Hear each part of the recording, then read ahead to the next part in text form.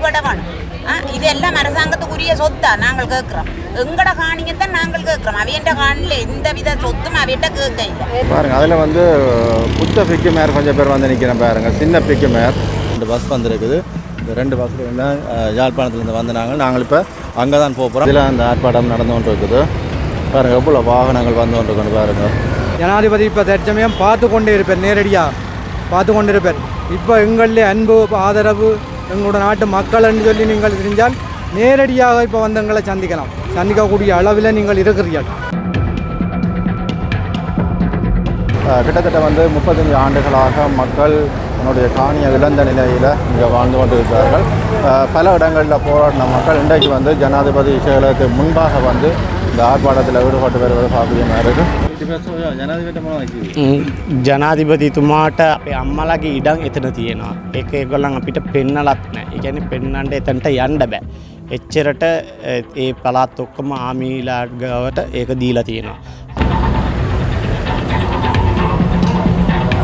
அங்கு நாங்கள் போய் எங்களுடைய மகஜரை கொடுத்தோம். அப்போ ஜனாதிபதியுடைய சிரேஷ்ட அந்த அதிகாரி ஏதோ புதிதாக வழிவடக்கு மக்களுடைய காணிப்பு விடுவிப்பை பார்ப்பது போல பார்த்த விடயங்கள் எங்களுக்கு மிக வருத்தம் அளிக்கிறது. அந்த அறிக்கையில் சொல்லப்பட்டது தமிழீழ விடுதலை புலி இயக்கம் இருக்கிற வரைக்கும் அல்லது அவர்களுக்கு ஆட்லரி பயன்படுத்தக்கூடிய பலம் இருக்கிற வரைக்கும் அந்த வகையிலே அவர்கள் இராணுவமும் அந்த விவசாய நிலங்களை பயன்படுத்தி விவசாயம் செய்து வருகிறார்கள். அதேபோல் எங்களுடைய ஆலயங்கள் 35 வருஷமாக ஆலய வழிபாட்டுக்கு அனுமதிக்கப்படவில்லை.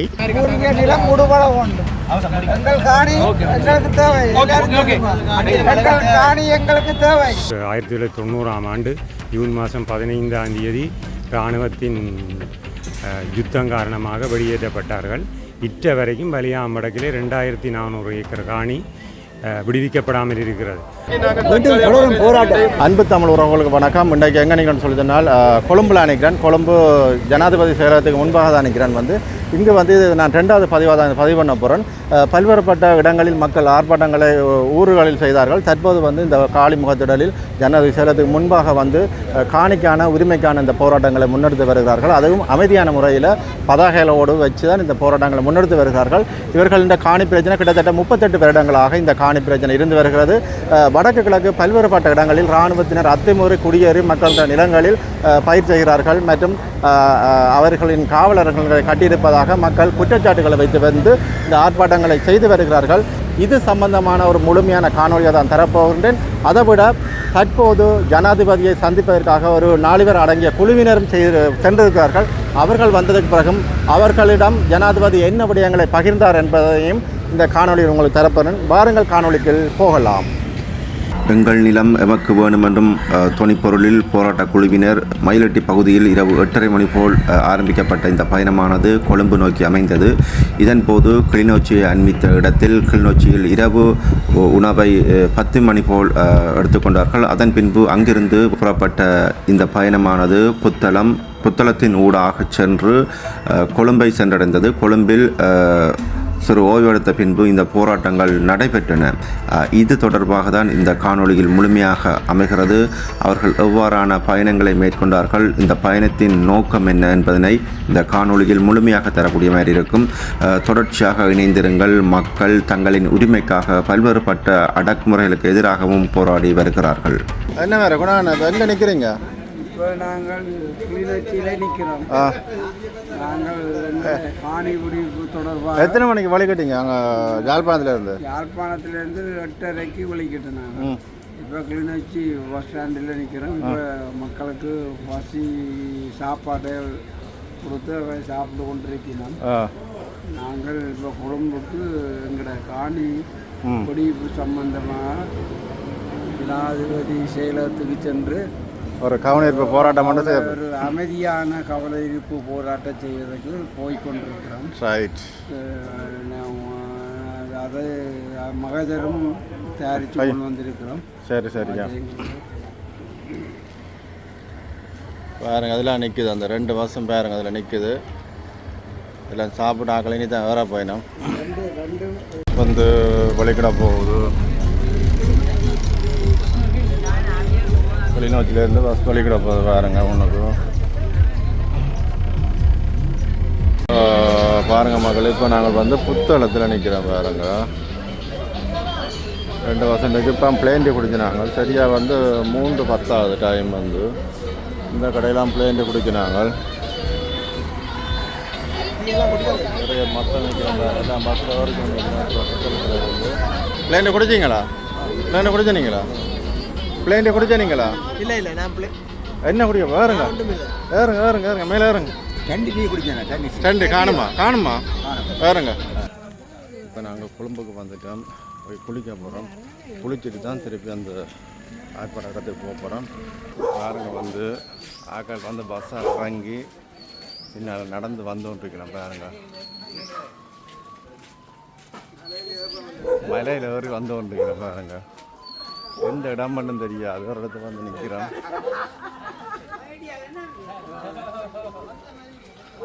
பாருங்க எங்கே போனாலும் எங்களுக்கு இந்த இடப்பெயர்வுன்றது நடக்குதுன்றது தீரவே தீராது. அதே மாதிரி தான் பாருங்க ஆக்கள் வந்து கொண்டிருக்கணும். பாருங்க மக்கள், எங்கே இதில் ரம்புட்டான் காய்ச்சிருக்கு பார்த்தீங்களா? இந்த பாருங்க ரம்புட்டானண்டா இதான் முதல்ல மரத்தில் காண்றது வந்தாலும் பிரச்சனை.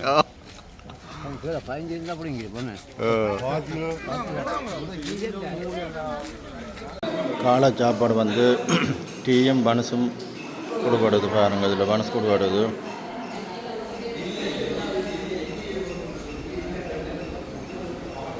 கிணவர் சாப்பிட்டு போயிட்டு டீயும் பனசும் காலம்பு சாப்பாடு சாப்பிட்டு போயிட்டோம்னா இனி வந்து போராட்ட இடத்துக்கு தான் போப்பேன்.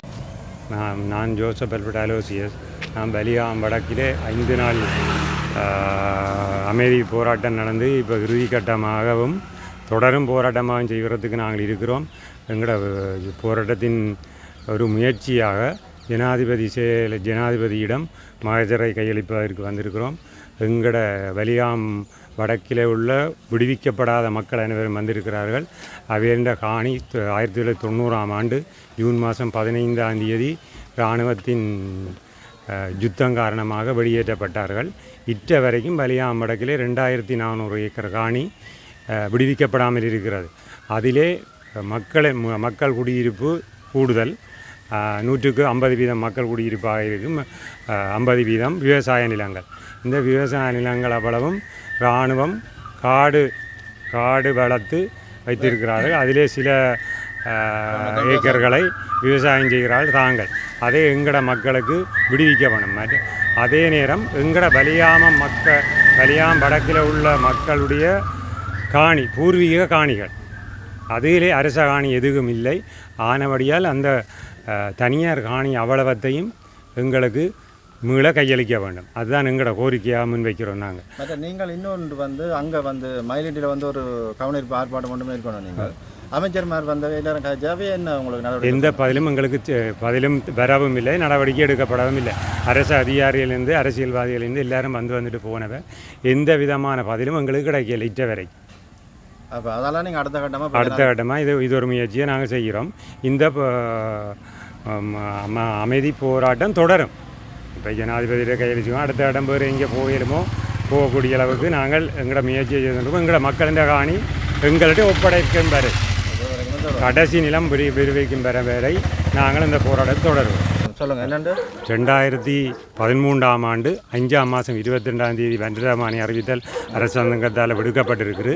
அந்த வர்த்தகமானியிலே 6300 ஏக்கர் இராணுவத்துக்கு எடுப்பதற்காக அறிவித்தல் வழங்கப்படும். அந்த அறிவித்தல் இன்னும் நீக்கப்படாமல் சில பகுதிகள் விடுபட்டிருக்கு. அது முழுமையாக நீக்கப்படுவதன் மூலம்தான் எங்கட உறுதிக்காணின்றதை உரிமை கொண்டாட எங்களால் முடியும் மக்களால். அது விளங்காத்தனமாக சில ஆக்கள் எங்கட அணி தானே எங்களுக்கு தரலாம், அப்படி இல்லை. அந்த வர்த்தகமானி அறிவித்தல் நிச்சயம் நீக்கப்படுவதன் மூலம்தான் எங்கட சுதந்திரமாக நாங்கள் அங்கே நடமாடுறதுக்கு எங்களுக்கு வசதியாக இருக்குது. சரி. මගේ නම සාමුවෙල්. මම මෙතන්ට ඇවිල්ලා තියෙන්නේ වලිගාමම් නෝත් පළාතේ ජීවත් වෙන අපේ ගම්වාසීන්දා මම මෙතන්ට ඇවිල්ලා අපේ වචනයෙන් සිංහලෙන් මම ඔයගොල්ලන්ට කියන්න කැමතියි. අපිට අපේ ගම්බිම් අපිට ඕන. අපේ අම්මලා තාත්තලා ජීවත් වන ඒ ගම්මානේ ඒ අපේ ගෙදර මං එහෙ ඉපදුනේ නැත්තත් මම පරිතුරවර තමයි පෙදුරුතුඩුවල තමයි මම ඉපදුනේ. හැබැයි අපේ අම්මලාගේ ඉඩම් එතන තියෙනවා. ඒක ඒගොල්ලන් අපිට පෙන්නලත් නැහැ. ඒ කියන්නේ පෙන්නන්න එතනට යන්න බෑ. එච්චරට ඒ පළාත් ඔක්කොම ආමීලාට ගාවට ඒක දීලා තියෙනවා. අපිට අපේ ගම්බිම් අපේ ඉඩම් අපිට ඕන. අපි එතන ගොවිතැන් කරලා තියෙනවා. අපි මාළු අල්ලලා තියෙනවා. අපේ මුහුදේ වටපිටාවල් ඔක්කොම අපි එතන ගොඩාක් අපි ගොවිතැන් කරලා තියෙනවා. ඒවා අපිට ආයේ අපේ ගම්බිම් අපිට ඕන. අනිත් එක 2013 ගැසට් කරලා තියෙනවා අක්කර 6000 ගාණක්. ඒක ඇවිල්ලා රජේ ඉඩම් කියලා ගැසට් එකේ තියලා තියෙනවා. අපිට ඒ ගැසට් එක වහාම කැන්සල් කරන්න ඕන. එතකොට තමයි අපේ ඉඩම් අපිට හම්බෙන්නේ.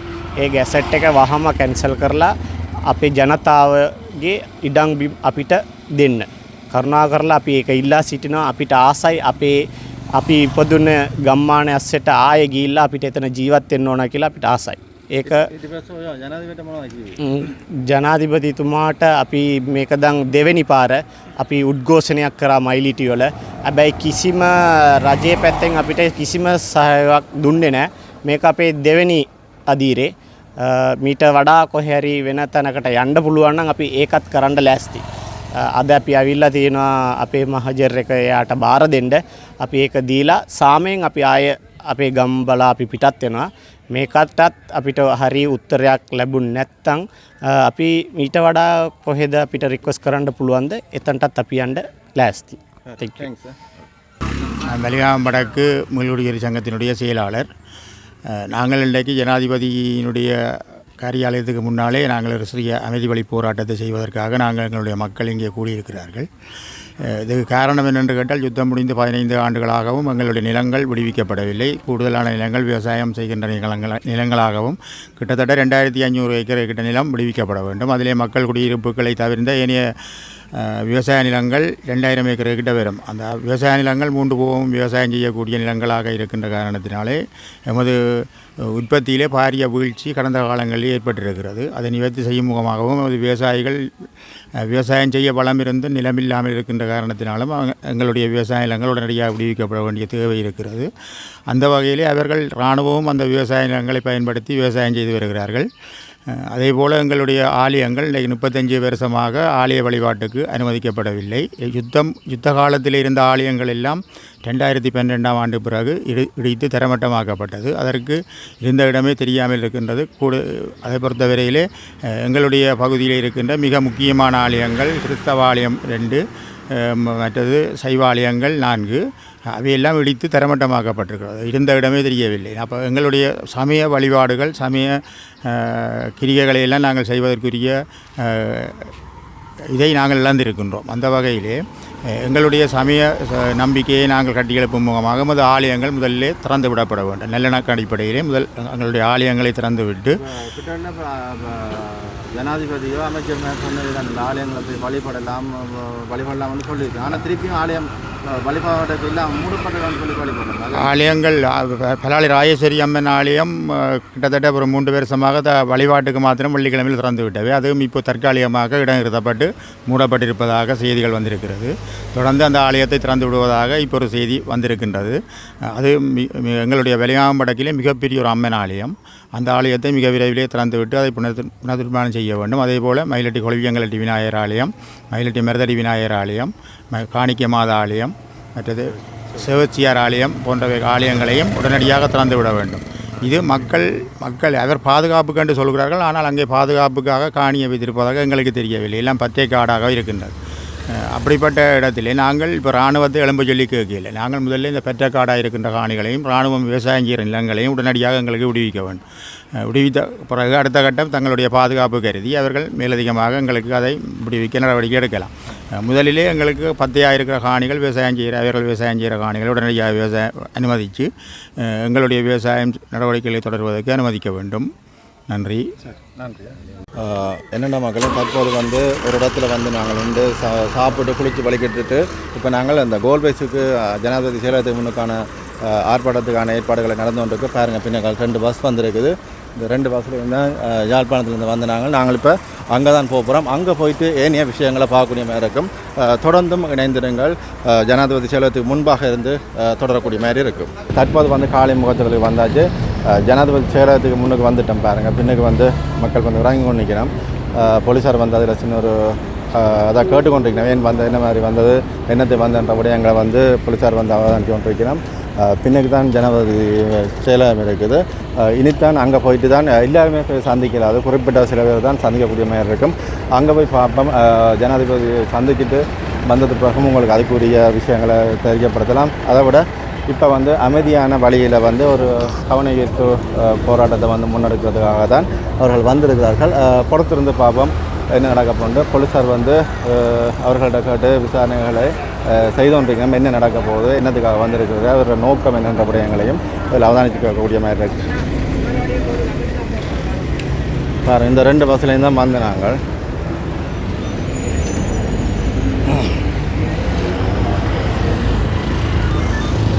போலீஸார் வந்து விசாரித்து கொண்டிருக்கணும். பாருங்கள் முன்னுக்கு நின்று.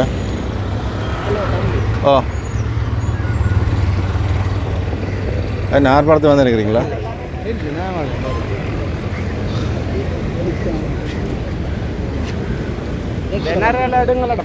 இதெல்லாம் பாருங்க, தாமரை தடாகம் இருக்குது. இதில்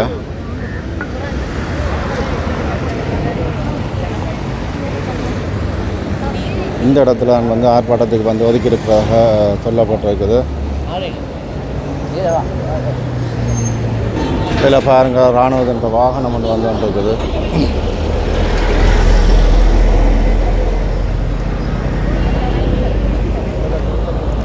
பாருங்கள், சிங்களத்தில் தமிழில் எல்லாம் மொழிபெயர்த்திருக்கணும்.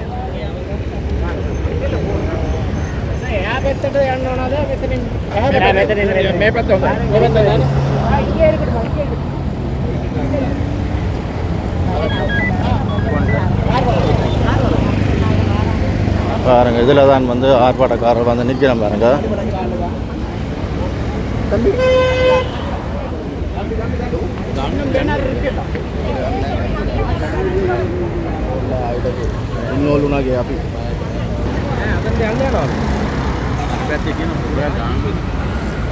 இதில் சிவில் அமைப்புகளும் வந்து இதில் ஜாயின் பண்ணக்கூடிய மாதிரி இருக்குது. அவர்களும் வந்து கொண்டிருக்கணும். இதில் ஆதரவுகளை கொடுக்கக்கூடிய மாதிரி இருக்குது.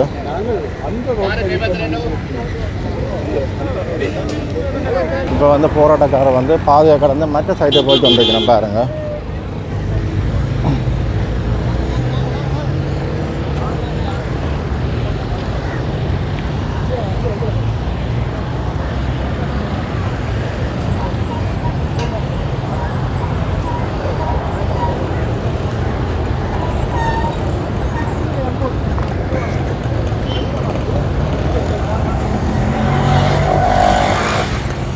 இதில் கோல் வைஸ் இருக்குது. வாகனங்கள் நிப்பாட்டிருக்கணும்.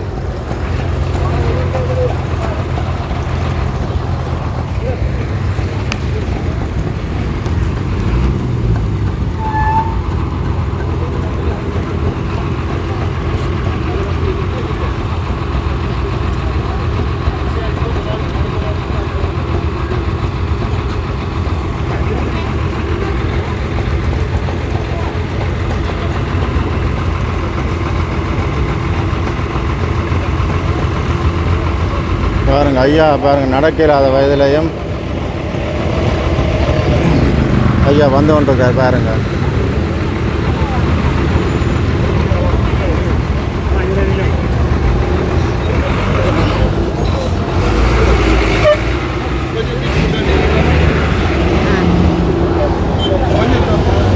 கொஞ்சம் பின்னுக்கு நின்றா நல்லா, பின்னுக்கு போனீங்கன்னா நல்லா.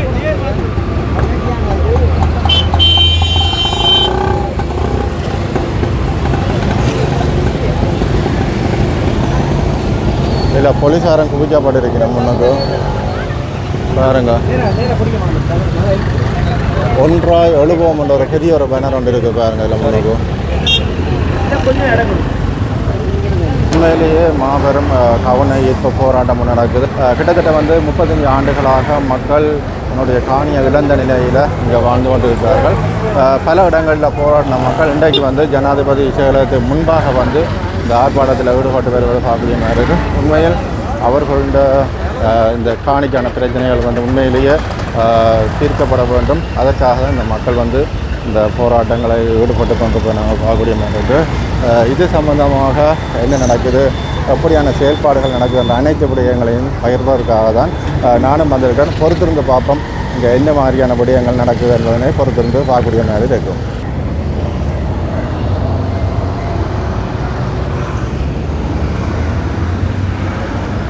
இதெல்லாம் வந்து ஜனாதிபதி செயலகம் முன்னுக்கு பாருங்கள், இதில் இருக்குது. இதுதான் ஜனாதிபதி செயலகம். இதில் அந்த ஆர்ப்பாட்டம் நடந்து கொண்டு இருக்குது. பாருங்கள் எவ்வளோ வாகனங்கள் வந்து கொண்டு இருக்குது பாருங்கள்.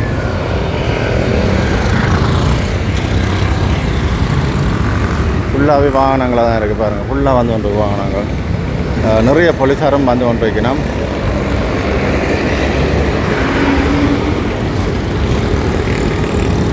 பாருங்க, அதாவது பூர்வீக நிலத்தை மீளம் ஒப்படைங்கள் என்று சொல்லி பெரிய ஒரு பதாகைகளோடு வந்திருக்கிறோம்.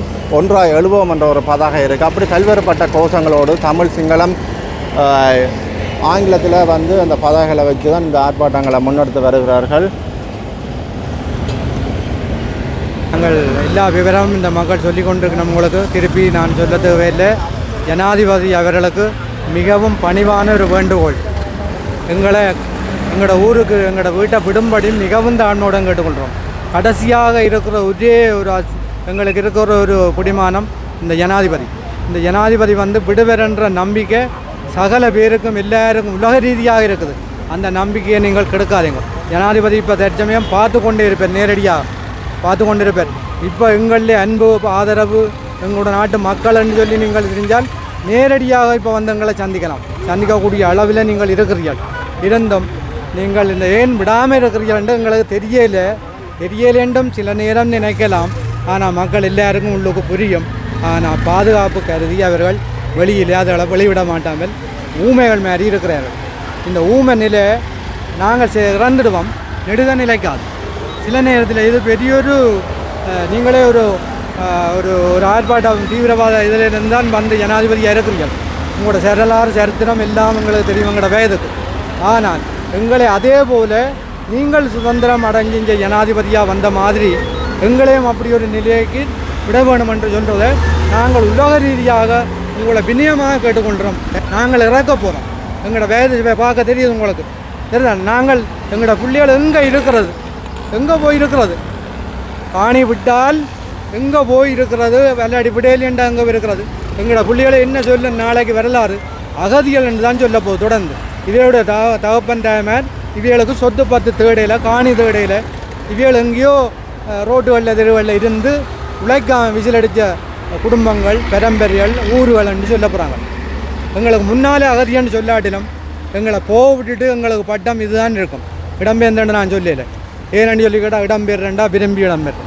இது வில்லண்டமாக நாங்கள் மனவருத்தத்தோடு இருக்கிறோம்னு சொன்னால் அது அகதி, எதிலி. அப்போ நீங்கள் தயவு செய்து ஜனாதிபதி அவர்கள் எங்களை சந்திக்க வருமாறு மிகவும் தாழ்மையுடன் கும்பிட்டு கேட்குறேன். தயவு செய்து விடும். நன்றியா. வணக்கம், நான் ராஜ்குமார் ராஜீவ்காந்த். உங்களுக்கு தெரியும், தமிழ் மக்களினுடைய நீண்டகால போராட்டத்திலே மிக முக்கியமான ஒரு போராட்டம் அவர்களுடைய நில உரிமை. அவர்கள் அது வாழ்வதற்கான உரிமையாக நாங்கள் பார்க்க வேண்டும். உரிமைகள் மறுக்கப்பட்ட ஒரு நாட்டிலே தான் தமிழ் மக்கள் தங்களுக்கான தேசத்தில் தொடர்ச்சியாக இந்த போராட்டங்களை முன்னெடுத்து கொண்டிருக்கின்றார்கள். எனவே தான் நாங்கள் இந்த மக்களினுடைய போராட்டத்திற்கு தொடர் ஒத்துழைப்பை வழங்கி கொண்டிருக்கின்றோம். என்ன காரணம் என்றால், இன ரீதியாக பாரிய அசமத்துவம் நிலவுகின்ற ஒரு நாட்டிலே மக்கள் வாழ முடியாத ஒரு சூழ்நிலை இருக்கின்றது என்பதை நாங்கள் தொடர்ச்சியாக வலியுறுத்தி கொண்டே இருக்கின்றோம். எனவே அந்த அடிப்படையில் இன்று வலிகாமத்தைச் சேர்ந்த மக்கள் தங்களுடைய தொடர் போராட்டத்தின் ஒரு பகுதியாக ஜனாதிபதியினுடைய செயலகத்திற்கு முன்னால் வந்து தங்களுடைய கோரிக்கைகளை முன்வைத்து கொண்டிருக்கின்றார்கள். எனவே தான் நாங்கள் எங்களுடைய ஒத்துழைப்பை வழங்குவதற்காக இங்கு அவர்களோடு இருக்கின்றோம். அவர்களுடைய போராட்டம் வெற்றி பெற வேண்டும். அவருடைய நில உரிமை போராட்டம் என்பது அவர்களுடைய அடிப்படை உரிமையான ஒன்று. அடிப்படை உரிமையை மறுக்கின்ற ஒரு நாடு எந்த அடிப்படையிலுமே முன்னேறாது என்கின்ற விடயத்தோடு இந்த நில போராட்டத்திற்கான எங்களுடைய பூரண ஒத்துழைப்பையும் வழங்கிக் கொள்கின்றோம். நன்றி. இதில் வந்து இப்போ ஜனாதிபதி செயலகத்துக்கு வந்து இந்த போலீஸார் வந்து ஏற்றி கொண்டு போயிட்டு கொண்டிருக்கணும். உள்ளுக்குள்ளே வந்தது பிறகு அவர்கள்ட்ட கேட்டு தெரிஞ்சு கொள்ளலாம் என்ன விடயங்களாண்டு. சார் வணக்கம் சார், சொல்லுங்கள் சார். இப்போ பல்வேறுபட்ட நாட்களாக வந்து இந்த மக்கள் வந்து மயிலட்டி மக்கள், மற்ற பலாளி மக்கள் இந்த போராட்டங்களில் ஈடுபட்டு வருகிறார்கள். இன்றைக்கு இங்கே ஒரு ஆர்ப்பாட்டத்தை மேற்கொண்டிருக்கிறார்கள். உங்களுடைய கருத்து? உண்மையிலே இந்த மக்கள் இந்த மாறி வந்த ஒவ்வொரு அரசாங்கம் வடகிழக்கிலே வந்து அதிஉயர் பாதுகாப்பு வலயங்கள் என்ற சட்டவிரோதமான செயற்பாடுகளை கடைபிடிக்கிறதாக பாதிக்கப்பட்டிருக்கிறார்கள். ஆயிரக்கணக்கான ஏக்கர்கள் இன்றைக்கு பொதுமக்களுடைய காணிகளாக சட்ட ஏற்பாடுகள் எதுவும் இல்லாமல் பறிக்கப்பட்டு இன்றைக்கு ஆக்கிரமிக்கப்பட்டு கொண்டிருக்கிறது. அப்போ இந்த விடயம் 2001ஆம் ஆண்டு தமிழீழ விடுதலை புலிகள் இயக்கத்துக்கும் அண்டையான அரசாங்கத்துக்கும் இடையிலே நடைபெற்ற போர் நிறுத்தத்திலும் கூட இயல்பு வாழ்க்கையை திரும்ப வேணும் என்ற ஒரு கோட்பாடு அந்த ஒப்பந்தத்தில் இருந்தது. ஆனால் அந்த போர் நிறுத்தம் நடைபெற்ற காலப்பகுதியில் கூட அந்த இயல்பு வாழ்க்கைக்கு வடகிழக்கு பிரதேசங்கள் திரும்ப முடியாத ஒரு இடத்துக்கு தள்ளப்பட்டிருந்தது. அதுக்கு பிரதான காரணம் இந்த அதிஉயர் பாதுகாப்பு வலயம். அப்போ இந்த விடயம் சமாதான முயற்சிகளுக்கு வந்து ஒரு பெரும் தடையாக வந்து ஒரு இடத்துக்கு வர அன்றைக்கு இருந்த அரசாங்கம் வந்து இந்தியாவுடைய ஒரு ரிட்டையர்டு ஜெனரல் நம்பியார் என்ற ஒரு பெயரில் இருக்கிற ஒருவர்கிட்ட இந்த அதிஉயர் பாதுகாப்பு வலயங்கள் சம்பந்தமாக மாற்றங்கள் எந்த இடத்துல வந்து செய்யலாம்ன்ற தொடர்பாக ஒரு அறிக்கை ஒன்றை தங்களுக்கு வழங்க சொல்லி கேட்டு ஒரு அறிக்கையும் வந்தது. அந்த அறிக்கையில் வந்து சொல்லப்பட்டது வந்து தமிழீழ விடுதலை புலிகள் இயக்கம் இருக்கிற வரைக்கும் அல்லது அவர்களுக்கு ஆர்ட்லரி பயன்படுத்தக்கூடிய பலம் இருக்கிற வரைக்கும் மாற்றங்கள் பெரிய செய்ய முடியாது. இப்போ தமிழீழ விடுதலை புலிகள் இயக்கம் இல்லை, இன்றைக்கு யுத்தம் இல்லை, 16 வருஷத்துக்கு மேலே. அப்படி இருக்கவும் வந்து இன்றைக்கு ஆயிரக்கணக்கில் வந்து வடிகாமம் வடக்கு பிரதேசத்தில் ஏக்கர்கள் சட்டவிரோதமாக தொடர்ந்தும் அரசாங்கத்தால் வந்து கைப்பற்றி வச்சிருப்பது வந்து எங்களை பொறுத்தவரையில் வந்து நியாயப்படுத்தக்கூடிய ஒரு விஷயமாக, இந்த கோணத்திலும் நியாயப்படுத்தக்கூடிய ஒரு விஷயமாக இல்லை. அது தெற்கில் நடந்திருந்தால் வந்து இன்றைக்கு அந்த அரசாங்கம் கவர்ந்திருக்கு. ஆகவே இன்றைக்கு வடகிழக்கில் வந்து இந்த அரசாங்கங்கள் தொடர்ந்தும் இப்படி இருப்பது நம்மை பொறுத்தவரையில் வந்து இனவாதமே தவிர வேறு எந்த ஒரு காரணமாக இருக்க முடியாது. இந்த அரசாங்கம் வந்து இவர்கள் வாரத்துக்கு முதல் இருந்த ஒவ்வொரு அரசாங்கத்தையும் வந்து சிங்கள இனவாத அரசாங்கங்கள் அவர்கள் அப்படி செயல்பட்டதால் தான் தமிழ் மக்களுக்கு வந்து பாதிப்புகள் இருக்குது, தாங்கள் அப்படி செயல்பட மாட்டோம் என்று சொல்லி இன்றைக்கு ஆட்சிக்கு வந்து கிட்டத்தட்ட 1 வருஷமாக போகுது. ஆனால் எந்த விதமான மாற்றம் வடகிழக்கிலே வந்து இந்த மிக முக்கியமான ஆயிரக்கணக்கில் வந்து பாதிக்கப்பட்ட மக்கள் இருக்கக்கூடிய இந்த காணி சம்பந்தப்பட்ட விஷயங்களை தீர்ப்பதற்கு வந்து ஒரு நடவடிக்கையும் எடுக்கலாம் இல்லை, அப்படி எடுக்க போகிறதாகவும் எங்களுக்கு தெரியவும் இல்லை. அந்த வகையில் இந்த மக்கள் இன்றைக்கு இந்த போராடினம் இந்த போராட்டத்தை வந்து தெற்குக்கும் கொண்டு வந்து தெற்கில் இருக்கக்கூடிய சாதாரண மக்களுக்கும் தெரியக்கூடிய ஒரு முயற்சியை அவர்கள் மேற்கொண்டிருக்கிற இடத்துல அதுக்கு பூர்ண ஆதரவு கொடுக்குற நாங்கள் இதில் கலந்து கொண்டிருக்கோம். சார், மற்ற இன்னொரு விடயம், இப்போ இது சம்பந்தமாக இப்போ தையீட்டு பிரச்சனை இருக்குது, மற்ற காணி பிரச்சனை இருக்குது, இது சம்பந்தமாக பாராளுமன்றத்தில் எப்படியான செயல்பாடுகளை நீங்கள் முன்னெடுக்க இருக்கிறீங்களா அடுத்த கட்டமாக? நாங்கள் பாராளுமன்றத்தில் வந்து தொடர்ந்து இந்த விஷயங்களை வந்து என்ன சொல்கிறோம், நாங்கள் இதை பற்றி பேசி இருக்கிறது மட்டுமில்லை, நாங்கள் ஒத்திவைப்பு பிரேரணை நிலையம் வந்து கொண்டு வந்திருக்கிறோம். குழுக்கள் நடைபெறுகின்ற பொழுது இந்த விஷயங்களை வந்து எழுத்து மூலமாக வந்து நாங்கள் எதிர்ப்பு தெரிவித்து மாற்றங்களை செய்ய வேணும் என்று கேட்டும் இருக்கிறோம். இந்த அரசாங்கம் வந்து இதுக்கு முதல் இருந்த அரசாங்கங்கள் வந்து அதுக்கு எந்த விதமான நடவடிக்கை எடுக்கிறதாக இல்லை. ஆனால் இந்த அரசாங்கம் வந்து எடுக்கிறதுன்ட்டு கிட்டத்தட்ட 8 மாதம் வந்து சொல்லி ஒரு மாற்றம் செய்யாமல் இருக்கிறோம். வெளியில் வந்து தாங்கள் மாற்றங்களை செய்வோம், தாங்கள் மக்களோட தான், அது தமிழ் முஸ்லீம் சிங்களம் அப்படின்னு பார்க்காம வந்து நாங்கள் செய்வோம் என்று சொல்கிறாங்களே தவிர செயலில் வந்து எந்த விதத்திலையும் இதுக்கு முன்னம் இருந்த அரசாங்கத்துறை செயல்களில் இருந்து வித்தியாசப்படுறதாக இல்லை. சரி சார், நன்றியா, நன்றி சார், நன்றி.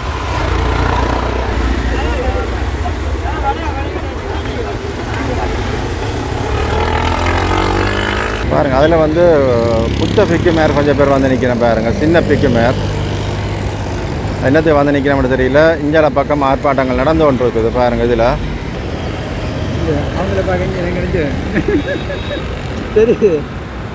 அதில் 2 பேரும் பார்த்து நிற்கிறேன் டெலஸ்கோப்பால் ஃபோன் பண்ணி. இப்போ பாருங்கள், முன்னே ஜனாதிபதியோட கதைச்சிட்டு வந்து கொண்டு வைக்கணும். என்ன கதைச்சான்னு தெரியல, புறத்திலிருந்து போட்டு பார்ப்போம் என்னபடி அவங்களன்றது தெரியல.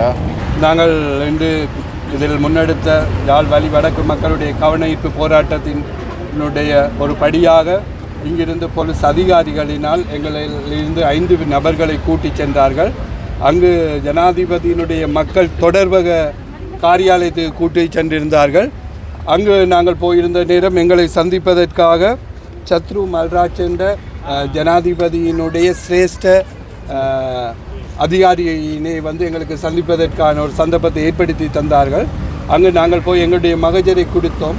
அப்போ ஜனாதிபதியுடைய சிரேஷ்ட அந்த அதிகாரி ஏதோ புதிதாக வழிவடக்கு மக்களுடைய காணிப்பு விடுவிப்பை பார்ப்பது போல பார்த்த விடயங்கள் எங்களுக்கு மிக வருத்தம் அளிக்கிறது. நாங்கள் நேராகவே சொன்னோம், இது ஒரு நாள் 2 நாள் கவன ஈர்ப்பல்ல. கடந்த 35 வருடங்களாக நாங்கள் போராடி கொண்டிருக்கிறோம். கடந்த அரசுகள் எங்களுக்கு தொடர்ச்சியான ஏமாற்றத்தை தந்தது. இந்த அரசும் மக்களால் தெரிவு செய்யப்பட்ட எங்கள் மாவட்டங்களிலிருந்து 3 பாராளுமன்ற உறுப்பினர்களை அனுப்பி வைத்த மாவட்டம் நீண்ட காலம் பார்த்து கொண்டிருக்கின்றது எங்களுடைய காணி விடுவிப்புக்காக.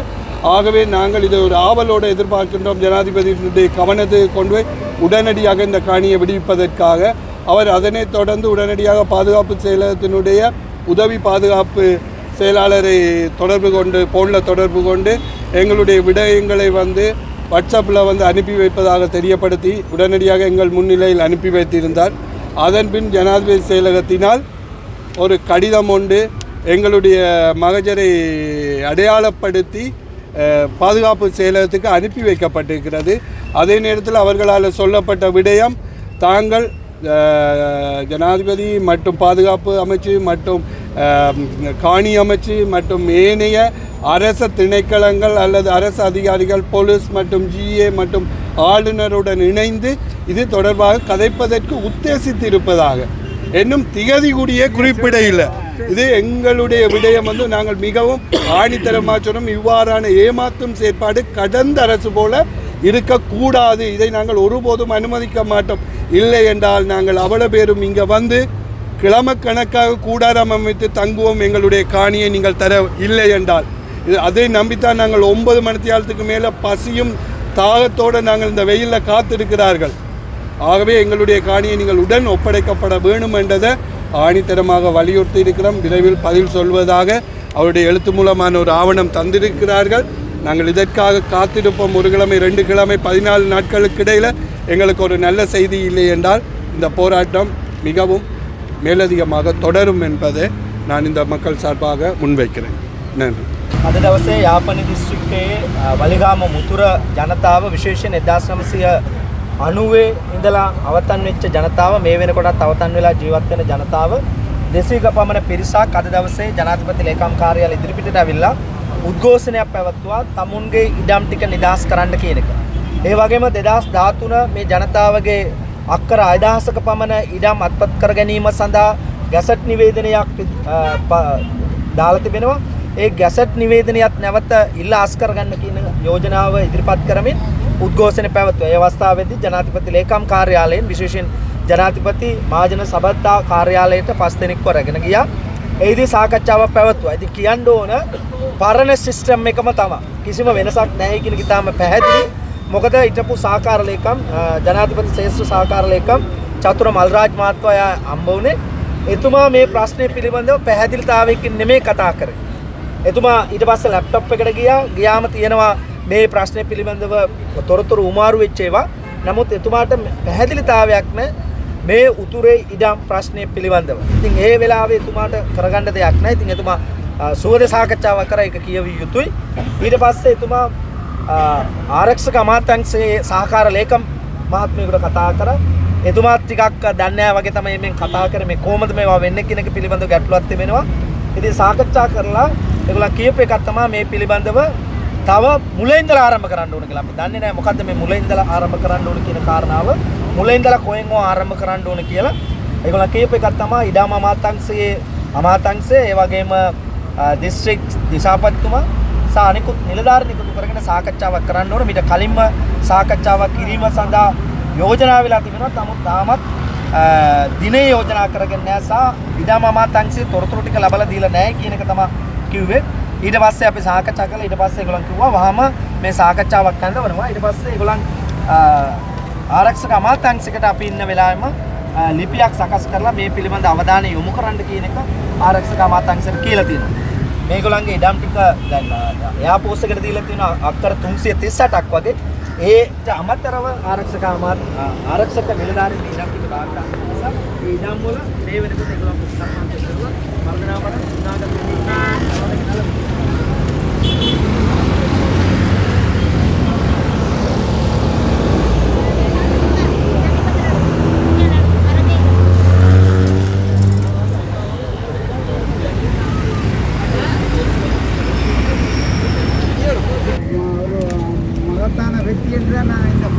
ஜெயகானிக்கில் ஹிட்டனவா தெரியாதுன்னு சொல்றவங்க இனி ஆரம்பிக்க போறோம்னு சொல்லிட்டாங்க. தன்னைக்கில் கேப்ப ஆரம்ப කරනවා කියලා කියවනේ ඒකම පොඩි இப்படிதான் நீங்க இது தென்னிலங்கைக்கு இந்த செய்தியை கொண்டு வந்ததே ஒரு பெரிய விஷயம். அதான் நாங்க செய்யறாங்க. முக்கியம் எங்களுக்கு பூர்வீக நிலம் விடுபட வேண்டும். எங்கள் காணி எங்களுக்கு தேவை. எங்கள் காணி எங்களுக்கு தேவை. அனைவருக்கும் வணக்கம். என் பேர் அமரதீபன் கல்பனா. நாங்கள் வந்து எங்களுடைய வழிபடக்கு காணிகளை வந்து விட சொல்லி இப்போ இவ்வளவு தூரம் நாங்கள் எங்களோட மக்கள் வந்து எங்களுக்கு நல்ல சப்போர்ட் தந்துருக்குறாங்க. இப்போ எங்களோட மக்கள் எல்லாம் சேர்ந்து இந்த காணியை விடுவிக்க சொல்லி நாங்கள் ஜனாதிபதி அலுவலகம் சென்று வந்ததால் எங்களுக்கு நல்ல ஒரு ரிசல்ட்ஸ் கிடைச்சிருக்கு. ஆனால் இதுலேயும் எங்களுக்கு 2 கிழமை நாங்கள் தவணை கொடுத்துருக்குறோம். 2 கிழமை நல்ல ரிசல்ட்ஸ் வந்து கிடைக்கிறேன்னா நாங்கள் இதில் வந்து 10 போட்டு கொண்டு இருப்பதாக வந்து அதை நாங்கள் தெரியப்படுத்தி இருக்கிறோம். அதுக்கும் எங்களோட மக்கள் எல்லாம் வந்து நல்ல ஒத்துழைப்பை எங்களுக்கு இதுக்கு தருவாங்கன்றது சரியான உண்மை. ஆகவே இன்றைய தினம் ஒத்துழைப்பு தந்த அனைவருக்கும் நன்றிகளையும் தெரிவித்து ஊடகவியலாளர்களும் எங்களது நன்றிகளை தெரிவித்துக் கொள்வோம். நாங்கள் உங்களுக்கு உங்களோட அமைப்புக்கு நாங்கள் நன்றி தெரிவிக்கிறோம் பொதுமக்கள் சார்பாக. சரியா நாங்கள் எவ்வளவோ கஷ்டப்பட்டு 10 ரூபா 5 ரூபாயா அந்த காலத்தில் சேகரித்து எங்களுடைய அப்பா அம்மாவின் காலத்திலும் அதுக்கு முதல் காலத்திலும் வேண்டின சொந்த காணிக்கு நாங்கள் யாழ்ப்பாணத்தில் இருந்து இந்த அளவு தூரத்துக்கு இருந்து காசு செலவழித்து வந்து இந்த வெயிலுக்குள்ள காஞ்சி நாங்கள் தான் எங்களோட சொந்த காணிக்கே நாங்கள் அடிபட வேணும். இதெல்லாம் அரசாங்கத்துக்குரிய சொத்தா நாங்கள் கேட்குறோம். எங்கட காணிங்கத்தான் நாங்கள் கேட்குறோம். அவையண்ட காணில எந்த வித சொத்தும் அவையிட்ட கேட்க இல்லை. எங்கட காணிங்க உறுதி வச்சிருக்கிறோம். உறுதி அதோட ஒவ்வொரு எம்பிமாரும் வரையக்குள்ள கட்டா நாங்கள் உறுதிகளை கொடுத்து தான் விடுறோம். நாங்கள் இன்றைக்கு நேற்றே கண்டில்லை. 1990ஆம் ஆண்டு இடம்பெயர்ந்ததுல இருந்து நாங்கள் ஒவ்வொரு முறையும் ஒவ்வொரு போராட்டத்தில் சேர்த்து தான் கொடுத்து கொண்டிருக்கோம். எங்களுக்கு எதுவுமே வேணும். எங்களோட சொந்த காணிங்க தாங்கும். அதைத்தான் நாங்கள் எங்களோட 4வது தலைமுறை கூட அந்த இடத்துல நாங்கள் வாழ இல்லாத போல இருக்கு. நாங்கள் செத்தாலும் எங்களோட காணி எங்களுக்கு கிடைக்காது. இன்றைக்கு வந்து நீங்கள் ஆர்ப்பாட்டம் செய்தது உங்களுக்கு என்ன திருப்தியாக இருக்கா? எங்களுக்கு திருப்தி இல்லை. ஆனால் ஒரு அன்பான பதிலண்டு நாங்கள் எதிர்பார்க்க மறுபடியும் புரட்டாதி மாதத்துக்கு நாங்கள் இதை விட பெரிய ஒரு போராட்டம் செய்து தான் இந்த காணிங்க பெற்றுக்கொள்ளுவோம். வேறு ஒன்றுமே செய்ய இயலாது. நாங்கள் கொஞ்சமாவது எங்களுக்கு உதவி செய்தவர் இதை ஏற்றுக்கொள்ளுவார்ன்னு தான் நாங்கள் இங்கே வந்தது. ஆனால் இப்போ நாங்கள் உடனாமே அவர் எங்களுக்கு செய்யலைன்னு நாங்கள் சொல்ல இயலாது. புரட்டாதி மாதம் வரை நாங்கள் பொறுமையாக பார்த்து திரும்ப மறுபடியும் நாங்கள் போராட்டத்தை திருப்பி ஆரம்பிக்கத்தான் வேணும். பலி வழக்கு முழுமையாக விடுவிக்கப்பட வேணும். பலி வழக்கு முழுமையாக விடுவிக்கப்படணும். எங்கள்கிட்ட வாழ்வாதாரம் அந்த காணிக்குள்ளே தான் இருக்குது. எங்கள்கிட்ட வாழ்வாதாரம் எல்லாம் அந்த காணிக்குள்ளே தான் இருக்குது. ஆகையால் இது ஜனாதிபதி கருத்தில் கொண்டு எங்களுக்கு அந்த காணியை விடுவித்து தருமாறு ஜனாதிபதியை தாழ்மையாக. நன்றி. உண்மையிலேயே இந்த போராட்டம் தற்போது முடிவடைஞ்சிருக்குது. ஜனாதிபதி செயலகத்திலிருந்து ஒரு குறிப்பிட்ட ஒரு அளவான பதில் வந்திருக்குது. ஆனால் முழுமையான பதில் வேற இல்லை. மக்கள் போராட்டத்தை தற்போது இடைநிறுத்தியிருக்கிறார்கள். மீண்டும் இந்த போராட்டம் தொடரும் என்றது தான் அதை ஆணித்தரமாக மக்கள் உறுதியாக இருக்கிறார்கள். பொறுத்திருந்து பார்ப்போம் இந்த போராட்டங்கள் எவ்வளோ தூரத்துக்கு போகுது, அரசாங்கம் எப்படியான இந்த வேலை திட்டங்களை முன்னெடுக்க போகுதுன்றதை பொறுத்திருந்து தான் பார்ப்போம். நன்றி, வணக்கம்.